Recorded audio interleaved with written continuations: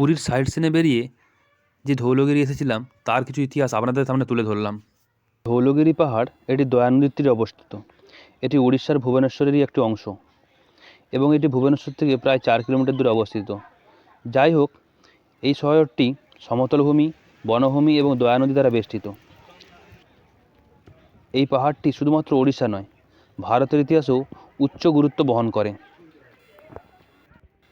এই জায়গাতেই মৌর্য রাজ্য এবং কলিঙ্গ রাজ্যের মধ্যে একটি বিখ্যাত যুদ্ধ হয়েছিল, যেটি কলিঙ্গ যুদ্ধ নামে পরিচিত, যেখানে সম্রাট জয়লাভ করেছিল এবং যুদ্ধে জয়লাভও করেছিল।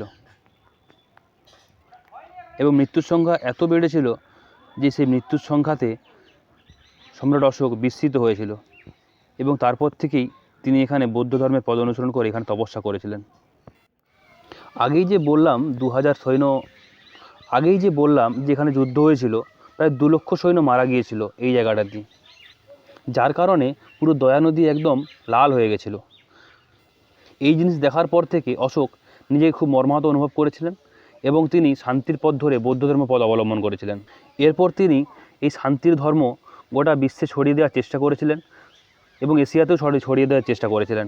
এছাড়াও নিচে কতগুলি শিলালিপি খনন করেছিলেন, সেই শিলালিপিতে শান্তির সমস্ত কিছু বহন করেছিল তার সেই লেখার মাধ্যম দিয়ে, এটা চেষ্টা করেছিলেন তিনি। এবং এই ধৌলগিরিতে প্রতি বছর ফেব্রুয়ারি মাসে এখানে নানা রকমের অনুষ্ঠানও হয়ে থাকে।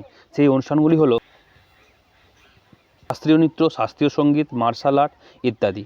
এবং সারা দেশের প্রখ্যাত নৃত্যশিল্পী, সঙ্গীত শিল্পী এবং 500টিরও বেশি পারফরমেন্স শিল্পী এই অনুষ্ঠানে অংশ নেন। এই ছিল ধৌলগিরি সম্পর্কে সামান্য কিছু তথ্য, যেগুলি আপনার সামনে তুলে ধরলাম। এই ধরনের আরও নিত্য নতুন ভিডিও পেতে চ্যানেলটিকে লাইক, ফলো এবং সাবস্ক্রাইব করবেন। এরপরে যদি উদয়গিরি এবং খণ্ডগিরির জন্য আলাদা কোনো ভিডিও দেখতে চান তাহলে অবশ্যই কমেন্টে এসে জানান। Thank you.